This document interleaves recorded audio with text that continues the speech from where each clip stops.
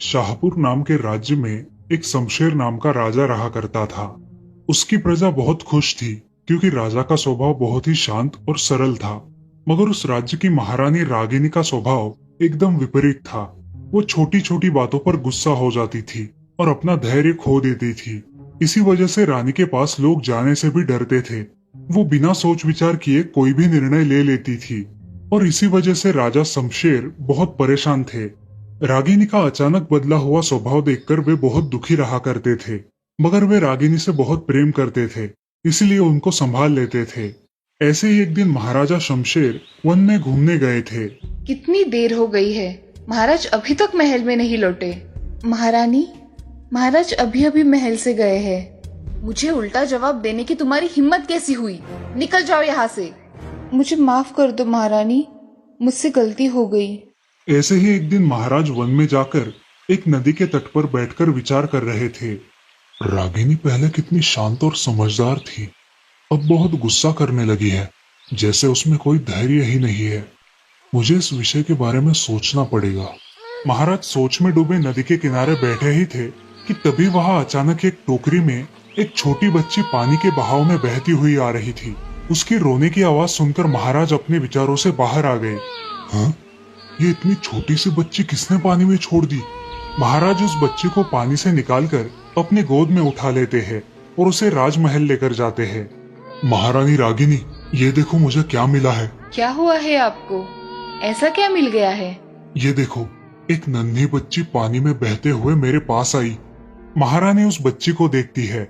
उन्हें उसके कपड़े के अंदर एक खत मिलता है। महारानी उसे पढ़ने लगती है। ये बच्ची जिसे भी मिले, इसकी अच्छी तरह से परवरिश करना। वो चिट्ठी पढ़कर राजा को बहुत आनंद होता है क्योंकि वो बच्ची अब राजमहल में रहने वाली थी। महल में आज तक कोई भी बच्चा नहीं था और राजा को ऐसा लगा कि उस छोटी बच्ची की वजह से महारानी के स्वभाव में कुछ बदलाव आ जाएगा। उन दोनों ने उसका नाम कियारा रखा। महारानी तो उस बच्ची से भी ईर्ष्या करने लगी। उस नगर में एक जादूगरनी रहती थी जो अलग अलग प्रकार के जादू किया करती थी। उसने बहुत सारे सामान्य लोगों पर भी जादू किए थे और इसी वजह से महाराज ने उसे चेतावनी देकर छोड़ दिया था। अब महल में राजकुमारी बड़ी हो रही थी। उसकी मधुर वाणी से बहुत से दास दासी उसे चाहने लगे थे। एक दिन ऐसे ही महल में खेलकूद करते हुए राजकुमारी सिपाहियों पर गिर गई। मुझे माफ कर दीजिए, मेरा ध्यान नहीं था। राजकुमारी कितनी दयालु है। राजकुमारी का यही स्वभाव महल के सारे लोगों को पसंद आता था। उस राजमहल के पास ही एक ऐसा महल था जिसमें जाने की किसी को अनुमति नहीं थी। सिर्फ महारानी ही कभी कभार उस महल में जाया करती थी। वहाँ एक बड़ा सा कमरा था जिसके अंदर एक ताज रखा हुआ था। उस ताज की एक खासियत थी, जब भी कोई नेक और सच्चा इंसान उसके पास जाए तो वो चमकता था। महारानी के वहां जाने के बावजूद भी वो ताज चमकता नहीं था, इसलिए महारानी बहुत गुस्सा करती थी। उस महल को लेकर राजकुमारी बहुत उत्सुक थी। पिताजी, क्या आप मेरे एक सवाल का जवाब देंगे? हाँ, पूछो बेटी। वो दूसरे महल में क्या है और माँ वहाँ क्यों जाती है? मैं भी जा सकती हूँ क्या पिताजी? अरे बेटा, आप वहाँ नहीं जा सकती। वहाँ बच्चों का जाना मना है, इसलिए आप वहाँ नहीं जाएंगी। ठीक है पिताजी। राजकुमारी और महाराज ने बहुत देर तक गप्पे मारे और रात को खाना खा के सो गए। दूसरे दिन महाराज ऐसे ही घूमने के लिए महल के बाहर गए। वहां उन्हें कुछ गुलाब के फूल दिखाई दिए।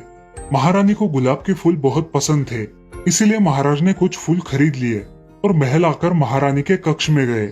महारानी रागिनी, कहाँ हो? बोलिए महाराज, क्या हुआ है? आप इतने उत्साहित हैं? ये लीजिए गुलाब के फूल, खास आपके लिए। धन्यवाद महाराज, आप मेरे लिए इतने सुंदर गुलाब के फूल ले आए। मुझे ये आज भी उतने ही पसंद है। मेरे प्राणों से प्रिय है ये मुझे। इसीलिए तो लेकर आया हूँ। आपको बहुत पसंद है ना? आपका बहुत बहुत शुक्रिया महाराज। एक दिन राजकुमारी कियारा छुपके से राजमहल के बाजू वाले उस दूसरे महल में चली गई। उस महल का बड़ा सा दरवाजा खोलकर वो अंदर गई। अंदर जाकर उसने देखा कि एक बहुत बड़ा कमरा खाली है और उसके बीचों बीच एक ताज रखा हुआ है जो कि बहुत खूबसूरत है। राजकुमारी उस ताज के पास गई। राजकुमारी के वहां जाते ही वो ताज बहुत चमकने लगा। राजकुमारी को वो ताज बहुत पसंद आ गया। उन्हें वो अपने हाथ में लेने की बहुत तीव्र इच्छा थी। मगर उन्होंने अपने मन को संभाला और उस महल से बाहर आ गई। ये सब बताने के लिए वो महाराज और महारानी के पास गई। पिताजी, मैंने उस महल में एक ताज देखा जो कि चमक रहा था। वो बहुत ही खूबसूरत है। राजकुमारी, आपने उसे हाथ तो नहीं लगाया? नहीं पिताजी, मैंने उसे हाथ नहीं लगाया।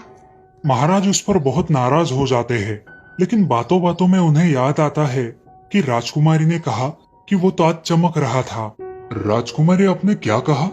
ताज चमक रहा था? हाँ पिताजी, सच में ताज चमक रहा था, मगर मैंने उसे हाथ भी नहीं लगाया था। हाँ राजकुमारी, मेरा आप पर भरोसा है। अब जो भी करोगी वो सही होगा। आप वही नेक दिल इंसान हो जो उस ताज को चाहिए। खुश रहो मेरी बच्ची। उन दोनों की बातें सुनकर महारानी बहुत क्रोधित हो जाती है। महारानी को उन दोनों का एक दूसरे के प्रति का प्रेम देखकर बहुत जलन होती है। अब महारानी उस नगर की उस जादूगरनी के पास जाती है। आओ आओ महारानी आओ, आज बहुत क्रोधित हो और उसका कारण भी है।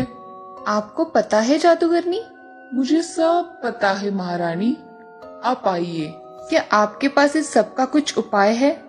ये लीजिए महारानी, ये ताबीज है जिसे आपको महाराज के गले में पहनाना है। इससे वो कियारा से नफरत करने लगेंगे, मगर ये काम आपको बहुत ही सावधानी से करना है। महारानी वो ताबीज लेकर वहाँ से चली जाती है और राजमहल में आकर महाराज को वो ताबीज दिखाती है। महाराज, आपके लिए मैंने ये तावीज बनवाया है, आपको पसंद आया? ये तो सच में लाजवाब है। आपने मेरे लिए लाया है? जी महाराज। महाराज वो ताबीज पहन लेते हैं। ताबीज पहनने के बाद उनके स्वभाव में अचानक बहुत बदल हो जाता है। वो राजकुमारी से अलग ही व्यवहार करने लगते हैं। एक दिन राजकुमारी केक बनाती है। पिताजी, ये लीजिए, आपके लिए मैंने केक बनाया है, जरा चक्कर तो देखिए। कितना नमकीन है ये। मैंने तो मीठा केक बनवाया था, ये नमकीन कैसे हो गया? अब राजकुमारी वो केक खाकर देखती है तो केक मीठा होता है, मगर उस ताबीज की वजह से महाराज को राजकुमारी ने बनाया हुआ केक नमकीन लगता है। अब महाराज छोटी मोटी बात को लेकर भी राजकुमारी पर चिल्लाने लगे, जिस वजह से राजकुमारी अब अलग और अकेली ही अपना समय व्यतीत करने लगी। शायद उनको बहुत काम आ गया होगा, इसी वजह से उनको मेरे साथ बात करने के लिए समय नहीं है। एक दिन ऐसे ही राजकुमारी उसी महल के पास गई जिसमें वो ताज रखा हुआ था। उसके वहां जाते ही ताज मुस्कुराया। राजकुमारी ने ताज को हाथ में पकड़ा और उसके बाद अपने सर पर पहना। राजकुमारी के ताज पहनते ही वो ताज झिलमिला उठा। ताज देखकर राजकुमारी बहुत खुश हो गई, मगर वो जानती थी कि वो ताज उसके लिए नहीं था, इसलिए वो ताज को उतारने लगी। हे राजकुमारी, मैं एक जादुई ताज हूँ। जो मन से सच्चा आदमी होता है, मैं उसी के सर का ताज बन सकता हूँ। तुम्हारे मन में कोई भी सवाल है तो तुम मुझे पूछ सकती हो। हे जादुई ताज, मेरे पिताजी को क्या हुआ है? उनका बदला हुआ रवैया कुछ अलग ही है।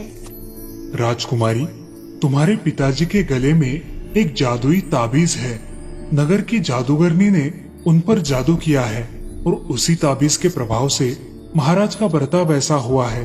और महारानी को क्या हुआ है? वो कभी मुझे अपनी बेटी मानती ही नहीं है। जब महारानी बहुत सालों पहले जादूगरनी के घर चली जाती थी, तब जादूगरनी ने उन पर जादू किया है और उन्हें अपनी वश में कर लिया है, और अब वो महाराज को भी वश में कर रही है। उस जादूगरनी को क्या चाहिए हमारे परिवार से? अरे राजकुमारी, उस जादूगरनी को ये जादुई ताज चाहिए जिसे वो सदियों से हासिल करना चाहती है, मगर हासिल नहीं कर पा रही। इसीलिए अब वो ये काम महारानी से करवा रही है। अब राजकुमारी को सारी बात पता चल जाती है और वो ताज से कहती है, अब मैं क्या करूं? क्या तुम मेरी मदद करोगे इस समस्या से बाहर निकलने के लिए? अब महारानी को धैर्य से कैसे काम करते हैं ये सीखना होगा, और ये काम सिर्फ तुम उन्हें सिखा सकती हो। अब राजकुमारी सोच में डूब गई कि वो महारानी का धैर्य कैसे वापस लाए। तभी उसे एक युक्ति सूझी।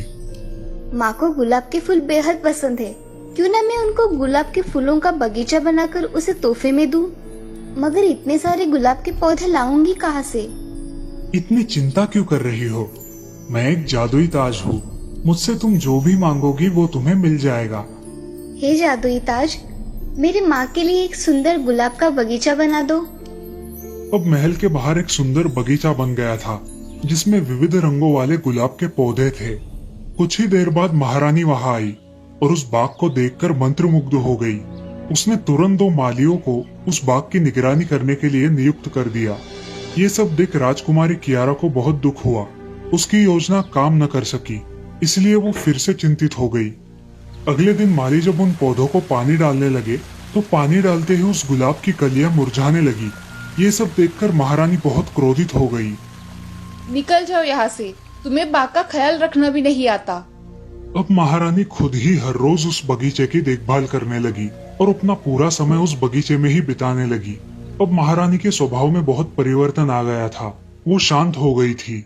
एक दिन महारानी रसोइयों को एक नया पदार्थ बनाने के लिए कहती है, जो बनाने में उन्हें देरी हो जाती है। महारानी रसोई घर में चली जाती है। महारानी को देखकर रसोइये बहुत डर जाते हैं। अब तक वो पकवान तैयार नहीं हुआ है क्या? महारानी साहिबा, थोड़ी देर और लगेगी हमें इसे बनाने में। आप क्रोधित न होइए, जल्द ही पकवान तैयार हो जाएंगे। कुछ नया बना रहे हो तो देर तो होगी, इसमें कौन सी बड़ी बात है। अब करो, तैयार होने के बाद मुझे बता देना। महारानी के स्वभाव में आया परिवर्तन देख सब लोग खुश थे, लेकिन उधर वो जादूगरनी अपना जादू कम होने के कारण बहुत क्रोधित थी, लेकिन वो कुछ नहीं कर सकती थी। एक दिन महारानी बगीचे में शांत बैठी हुई थी, तभी कियारा उसके पास आई। क्या हुआ है माँ, आप यहाँ अकेले बैठे हो? बेटा, मैं इन फूलों के खिलने का इंतजार कर रही हूँ। कितने प्यारे हैं ना ये सारे पौधे। हाँ माँ, सच में बहुत प्यारे हैं ये सारे पौधे। महारानी अचानक बेहोश हो जाती है और कियारा जोर से चिल्लाती है, माँ, माँ, उठो माँ। हे जादुई ताज, मेरी माँ को क्या हुआ है? वो बेहोश कैसे हो गई? इन्हें कुछ नहीं हुआ है, ये सिर्फ बेहोश हुई है। जादूगरनी के जादू का असर थोड़े दिन में खत्म हो जाएगा और तुम्हारी माँ एक बहुत अच्छी औरत बन जाएगी। राजकुमारी अपनी माँ का बहुत अच्छा ख्याल रखती है। कुछ दिनों बाद महारानी को होश आ जाता है और वो कियारा को गले लगाती है। वो महाराज के पास जाकर उनके गले में से वो ताबीज निकालकर फेंक देती है। उन्हें अपना बुरा बर्ताव याद आता है। मुझे माफ कर दो मेरी प्यारी कियारा। नहीं पिताजी, वो एक बुरा समय था जो हमारे जीवन से चला गया। अब हम हमेशा खुश रहेंगे। तभी राजकुमारी अपने सिर का ताज निकालकर महारानी के सिर पर रख देती है। ये ताज राज्य के महारानी की सर की शोभा है। अब वो ताज चमक रहा था, लेकिन महारानी ने अपने सिर से वो ताज निकालकर फिर से बेटी कियारा के सिर पर रख दिया। नहीं, इस ताज की सही हकदार इस राज्य की होने वाली महारानी ही है। महाराज राज्य में नई महारानी की घोषणा कर देते हैं और कियारा अब राजकुमारी से महारानी बन जाती है। वो अपने माँ पिताजी के साथ मिलकर सही न्याय करने लगी और अपने राज्य को तरक्की की ओर लेके गई। महाराज ने जादूगरनी को भी बंदी बना लिया। तो अगर आपको वीडियो अच्छा लगा हो तो इस वीडियो को लाइक, कमेंट और शेयर करें और चैनल को सब्सक्राइब करना ना भूलें। Thank you.